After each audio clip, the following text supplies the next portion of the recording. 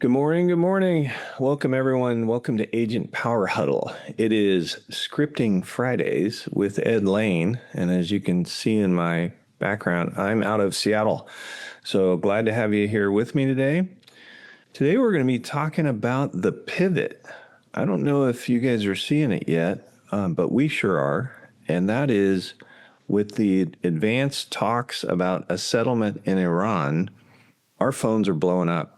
We put 3 deals in escrow in the last 7 days, and listings are coming live. I put 2 on the market yesterday, 1 more today. I mean, buyers and sellers are starting to get tired of what's happening over there, and we've had multiple, rumors of a settlement, but this seems to be the most realistic. And look at the cost of oil. It went from $140 a barrel to in the 60s. And so hopefully your gas prices are going to cooperate soon as well. Although hard to know with the opportunists in the petroleum industry, right? So anyway, enough of my political grandstanding. Ed Laine, eXp Realty. We cover scripting on Fridays. And welcome to the pivot. I actually hosted a mastermind 2 nights ago to kick this around. And so this is the content that we're going to cover today. And I want to make this an exchange. So if you want to come off mute and chime in, please do. But the facts of the matter are we are in what I would call a surreal market. And it's kind of funny. I had lunch yesterday, and the agent that I was with, been in the business 30 years, said there's just no clues. I can't tell what's happening. And I'm like, dude, that's not what I'm seeing. My phone is blowing up. Showings are up. Key box openings are up. The problem he had is he has listings that have been on the market for 50 plus days. Well, 50 days ago, bombs were flying, right? And the market shut off like a hose. So that created what I'm calling a surreal market, which is it's actually technically a seller's market right now, and it has been for years. And just so we're all on the same page, the definition of a seller's market is when there is 6 months of inventory or more.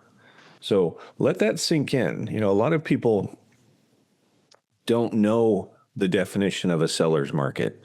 It's measured by months of inventory. So do the math in your market. How many active listings are there? Divided by how many listings sell per month. So like in Matrix, which is the software we have in our market, it defaults to 180 days. So if I have 36 sales in the last 180 days, that's 6 sales per month. If there's 12 active listings in that area, I have 2 months of inventory. Well, that's below 6. And the funny thing is, during COVID, when the market transaction volume was flying, they tried to redefine it. They said, well, it's 4 to 6 months. Well, that's just making up things. It's been 6 months or more for decades. And what do we have right now? Well, in King County, where I'm sitting, we're at 2.5 months of inventory. That's what I would term a severe seller's market, right? But here's the catch. It's behaving like a buyer's market. And that's why I call it surreal, right? Because buyers are hesitant. They're nervous about the war. They're nervous about gas prices. They're nervous about inflation. Economic uncertainty causes paralysis in buyers. And then that increases the pucker factor for the seller, right? Because they come on the market and they sit. I have a listing right now. I feel terrible for the lady. She listed it last year with a different agent, came on the market the week the tariffs got announced.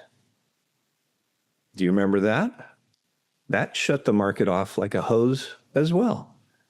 So the house sat, didn't sell. It was also horribly dated. So we did a gut job remodel and then relisted it about 50 days ago. And if you remember, 50 days ago, the rumor mill was cranking up about a settlement.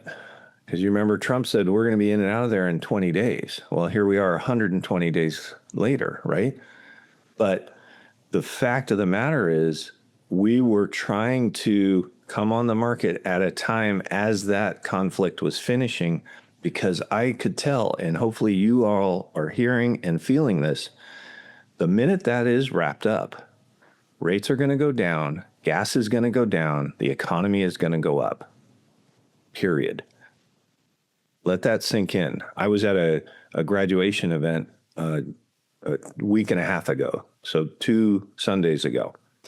And that's when the current rumor of a settlement was really cranking up. They said it could happen as soon as this weekend.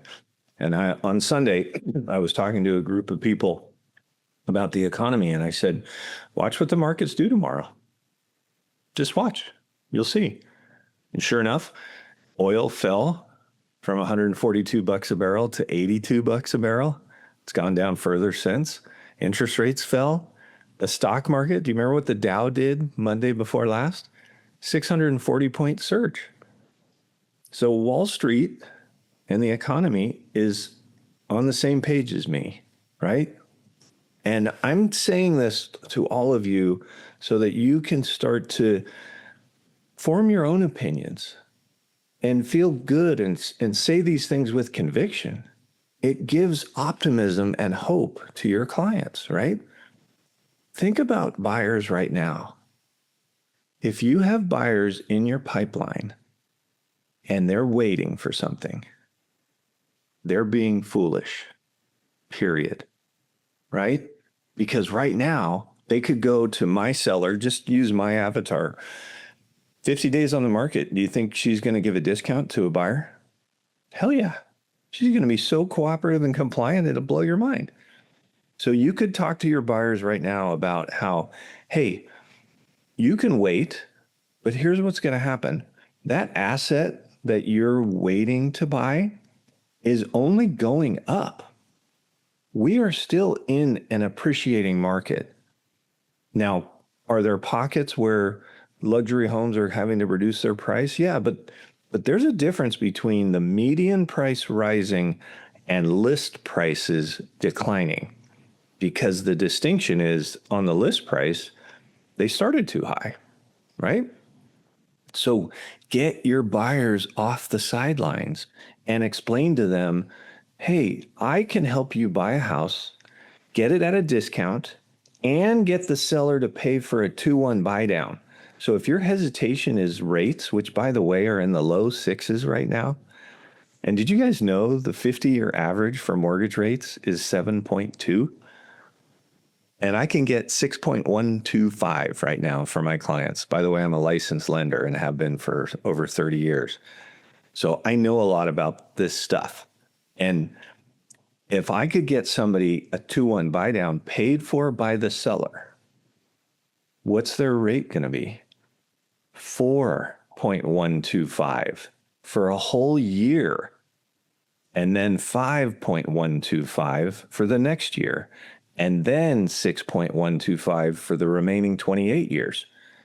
And here's the gamble. How many of you think rates are going to be lower in the next 24 months?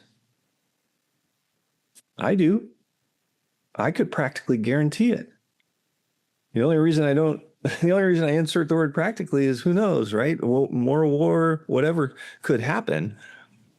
But the trend is down. We had a jobs report week before last that blew the minds of Wall Street, and rates dipped 375 basis points, went from 6.5 to 6 1/8.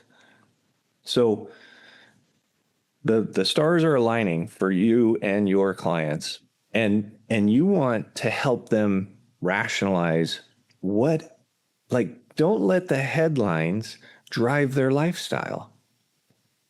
The news is just news. In fact, the guy I had lunch with yesterday, I asked him something about, did you see on the news? And he goes, I don't watch the news. Never. I'm like, that's a good policy. I might have to do that. The story, just real quickly, the story I was going to tell him. Did you guys see on the news yesterday morning, there was a scam out of Ohio where the scammer called and said, you missed your jury date. You owe us $2,500. I saw that on the news yesterday morning, and about 2 hours later, I got the exact same phone call. And it was awesome because I already knew what he was going to say, and I just started blasting him. I'm like, you're on the effing news this morning, you tool. So anyway, sorry for the tangent. Okay. So what do real successful brokers talk about? They say, let's evaluate your situation and make a decision based on your goals, not the headlines, right? You have to, like all of us, from day one in this industry, we have to learn how to get the emotional why out of our clients. We need to sell. Oh, great. I'm happy to help you. Why? What's going on? Well, my daughter's having a baby in Florida and we want to move to Florida to be near our granddaughter. That's an emotional why. Or my kids are graduating college or high school and we're going to be empty nester. Like, get the emotional why and then get their mind off of the headlines and explain it in a way that helps them rationalize why, well, maybe now is a good time, right? Think of how many times in your career you said it's a great time to buy or sell. It's always a great time to buy or sell. Why is that? Well, because the best time to buy or sell was 5 years ago. So hurry up, right? But we can't say it that way. So we use facts. It's a great time to buy or sell because sellers are feeling stale on the market. They're negotiating, they're compliant. We can get them to pay for things. It's a great time to buy because rates are under the 50-year average. It's a great time to buy because I can get a 2-1 buy down paid for by the seller. We can negotiate on the inspection. We can do this. We can do that. And you don't even have to pay the asking price. Here's another bit of research you guys should do. Look in your market at how many active listings there are and what's the average days on market. Or even better, what percentage of them are on the market longer than 3 weeks or 30 days, whatever's a good number. Because then when you're talking to your buyers, you can say, hey, and here's the good news. 40% of the listings in our market have been on the market for over 30 days. So we can negotiate. And they'll be like, ooh. They don't hear these statistics like you do. And so they don't resonate and they don't realize that it's a great opportunity. And that's our job, is to let them know, hey, if this is your goal, and remember, this all ties back to your emotional why, now is a good time, right? All right. So if a buyer says, what if prices fall? What if rates go even higher? What if tensions escalate, right? What they're really asking you is, can you help me feel safe?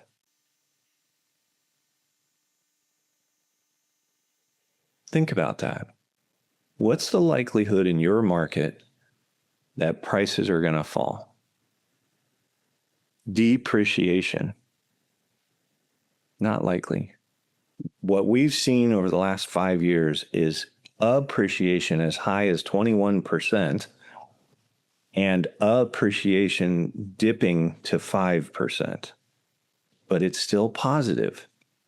That means the asset these buyers are waiting to buy, waiting for it to get cheaper, are still going up in price. I saw a statistic yesterday that we would need 4.7 million homes with the snap of a finger in order to even out the demand. That's a shortage of inventory.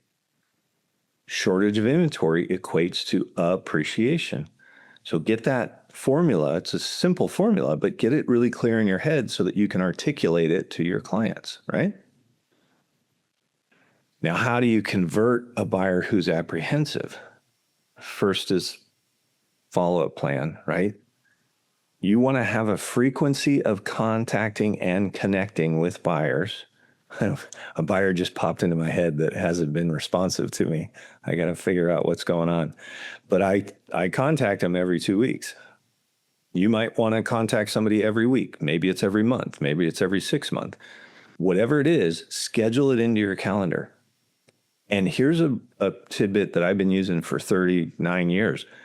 Whatever time frame a consumer gives me, I cut it in half. So if they say check back in a year, I'm calling them in 6 months. If they say 6, I'm calling them in 90 days. Because the problem is they're trying to push me out so I'm not a pest, and they're speculating on the timing. But the chances that they're going to be on Zillow or Redfin or talk to a realtor in the meantime is very high because we're everywhere, right? So I don't want someone else to be there and strike when the iron's hot. So whatever time frame they give you, cut it in half. I've never had somebody say, I told you 12 months and you're calling me in 6. What do you do? They don't do that. They just say hi. And I just say hi. How's it going? How was your trip to Europe? How was whatever? It's just a check-in, right? If they don't have if they don't have an objection, uncover the timeline that works for them, or maybe it's finance related, right? Get them with your lender. I always tell people step 1 is to get pre-approved. And I don't care if you tell me you're not going to buy for 2 or 3 years. Step 1 is to get pre-approved today. And here's why. Here's how I describe it, or here's the dialogue. Hey, you can't really travel to a destination without knowing where you're starting from, right? You can't set sail without knowing where you're starting from. That's the same process here. So let's get you pre-approved, and then we'll just let it expire. A pre-approval is good for 90 days. We don't need to use it. We just want to know where we're at, because here's what can happen. The lender might tell you before you can buy, you need to do X, Y, and Z. Well, if that's credit repair related or income related or debt consolidation related or down payment accumulation related, those things take time, right?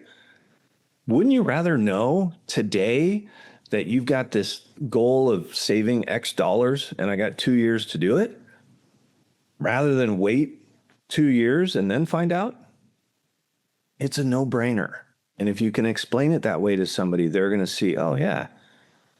And the one objection they may have, and this is an important thing to understand, is I don't want to impact my credit.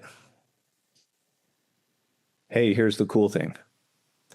You can't get a mortgage without getting your credit pulled. So that 6 to 10 point impact is going to happen regardless of when and where we do this. It's just going to happen.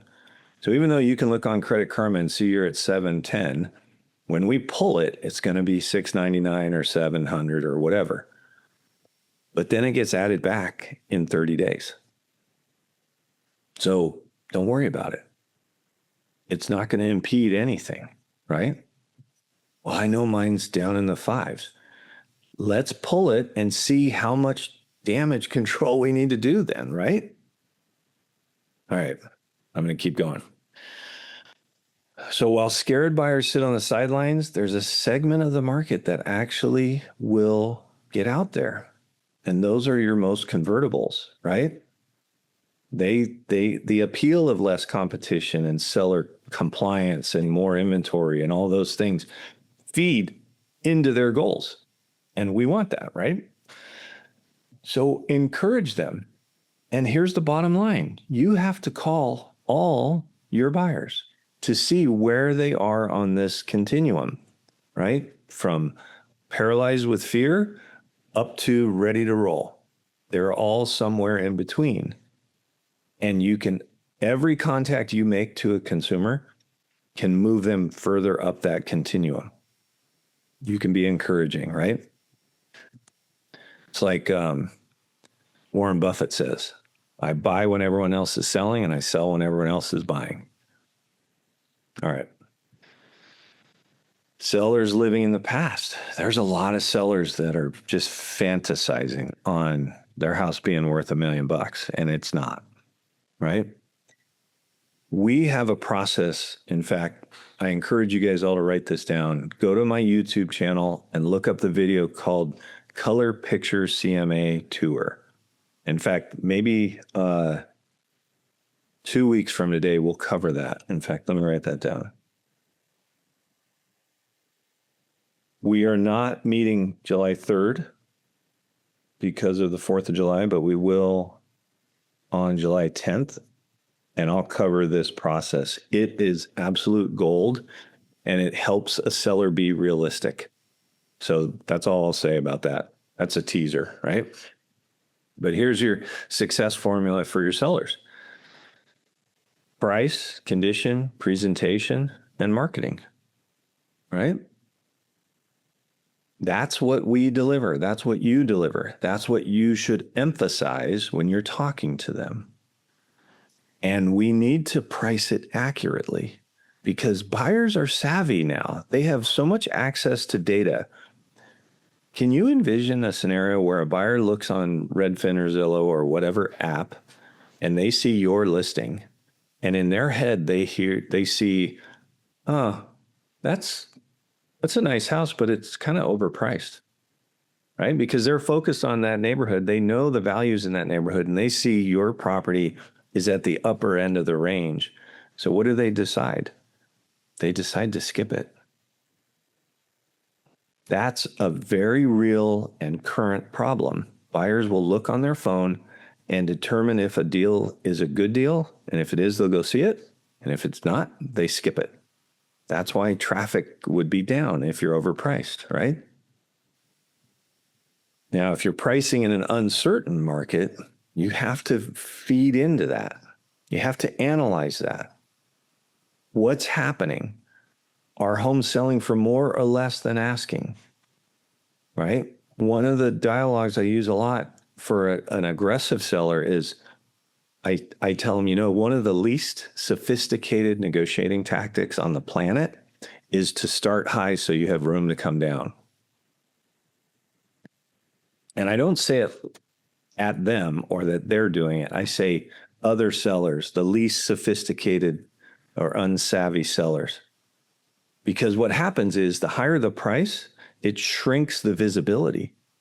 In fact, in our listing presentation, and if you guys want to see that, it's on theagentcollective.com.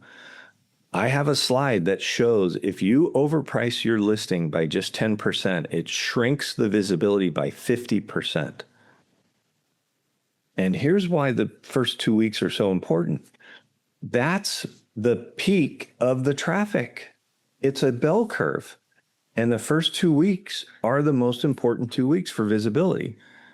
And if you're overpriced during that period, you've screwed up, right? Hi, Allison. Thank you for raising your hand. So I put this into whatwouldedSay.com about a week ago, and I sent it to you, but I have that friend in Portland who is dead set on raising his price. Oh, yeah. And I think he did yesterday. And I kind of wanted to send him something along the facts. What would you send him if you were me?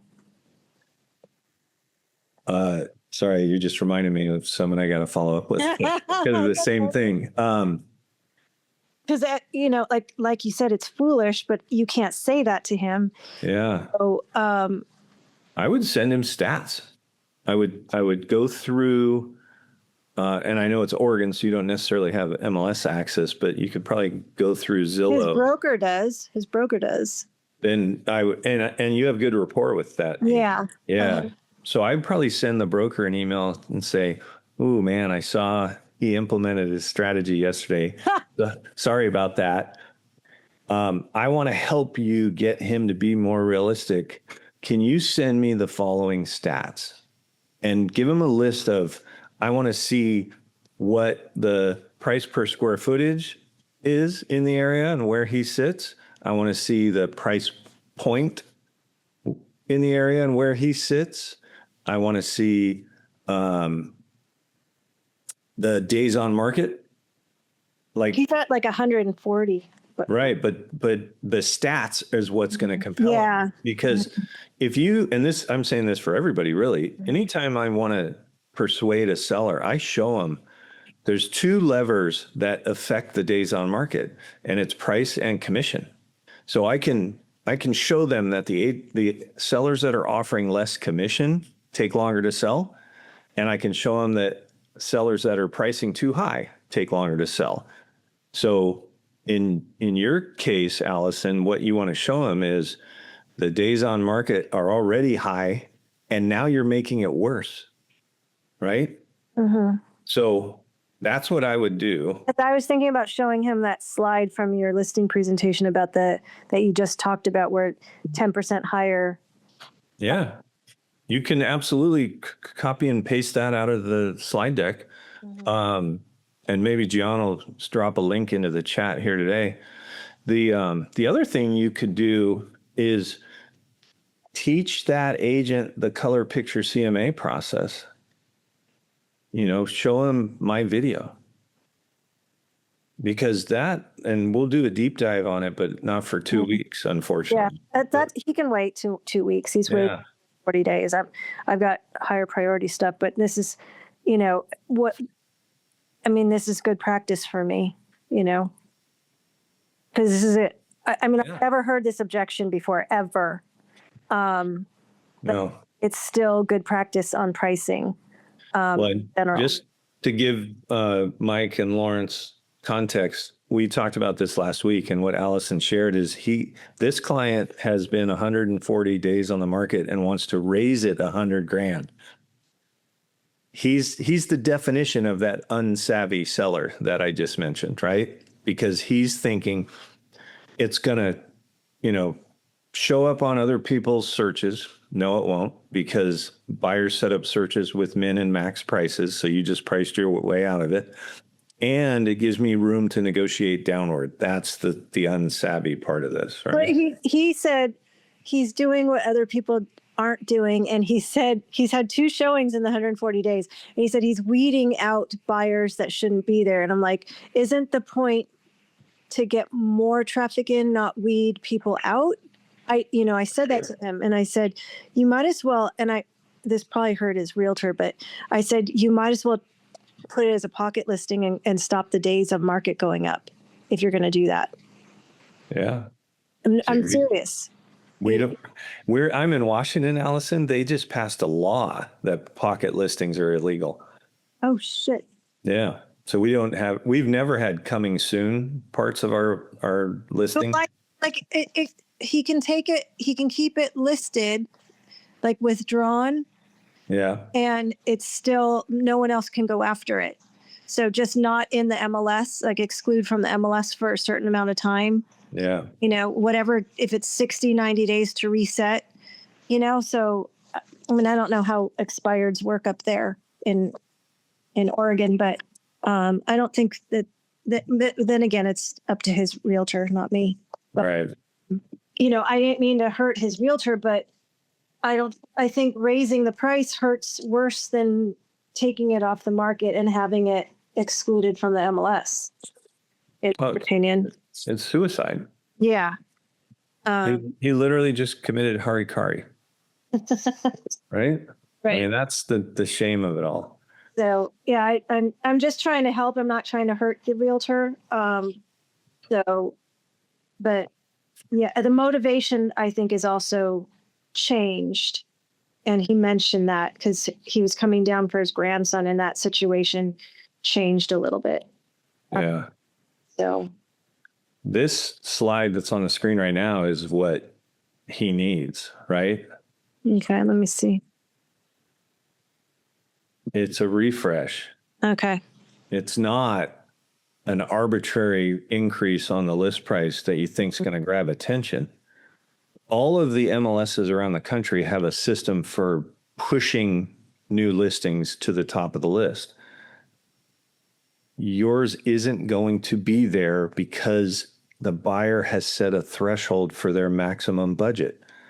So now you're putting an $800,000 house in front of buyers who are looking between 900 and $1 million and trying to convince them they should step down, but still pay the full price. And that's moronic, right? That's honest talk.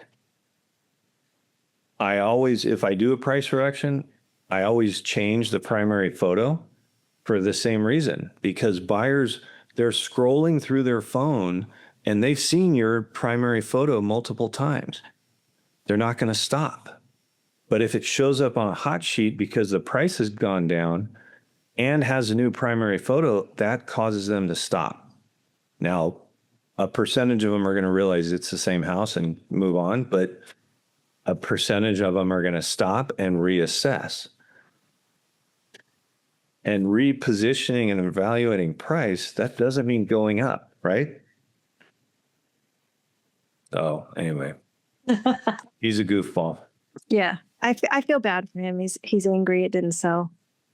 I'm with him, man. I empathize for sure.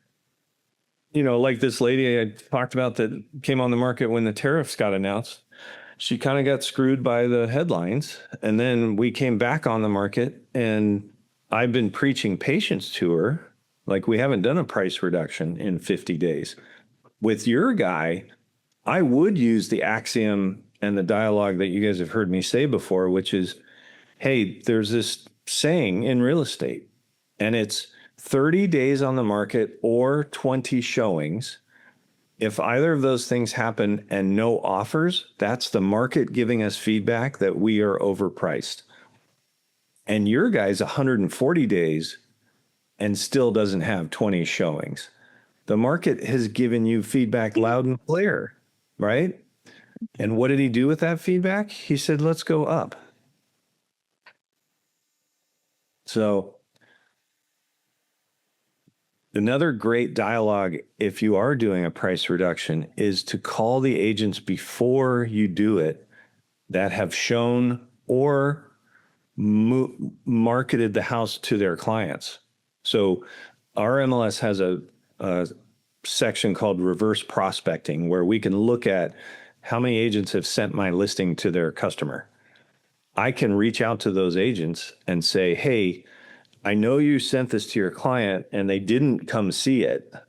I assume that might have had a little bit to do with price. We're going to be doing a price reduction. Do you think your client would be more interested if they knew it was listed for X? And I'll tell them how much of a reduction. Because I've gotten agents to write offers on the assumption that it was going to be reduced to X, and they'll write it at that number or even a little bit lower. And my client is keen and they'll accept it. I even use that dialogue to trigger multiple offers when I had a review date that didn't work. So tuck that one away and use it, because you can drag people to the stage if they knew the house could be bought for less money, right? That dialogue is gold. So what does everyone want? They don't want predictions, economics, or headlines, right? They want facts, they want comfort, they want safety. And you guys are in a great position to provide that. That's it. Be the beacon, right? Be the lighthouse in the storm. Be whatever they need to feel like they're supported and guided. Sometimes I refer to myself as a Sherpa, right? I'm going to guide you up the mountain. And it's going to be awesome. Make sense? All right, I'm gonna shift to how are we doing on 5? Oh, I've already run long. So I'm gonna go to the end and remind you whatwouldEdSay.com. Allison just touched on it. She uses it pretty regularly, but all of you can go to that URL as long as you have a ChatGPT account, and it can be a free account. You just have to have an account, and you can log in and ask questions. And all I've done to build the knowledge base for that custom GPT is uploaded all of these videos and slide decks. I've been doing Scripting Fridays for a couple of years now, and that's what's in there. And you can go in there anytime you've got a seller that wants you to discount, or a buyer that doesn't want to write for personal reasons, whatever, you can drop in there and say, what would Ed say? And it'll give it to you. I always try and save the last couple minutes for specific issues that you guys might be running into. Does anyone need help with anything? And if not, we can wrap this baby up. And don't forget, next week is July 3rd. We won't have this meeting, but on July 10th, we will. And I'll cover that color picture CMA process. Okay? All right, everybody. Have a great day and a nice weekend. Good to see you. Thank you. See ya. If you'd like more information or to get connected to the Agent Power Huddle, join our free Facebook group. This call was designed for the agents in our EXP organization, but open to any agent from any brokerage. If you're a guest and you're interested in learning more about EXP or our specific resources within the Agent Collective, reach out to the person who invited you to this call to get more info. Produced by the Agent Collective Media Network.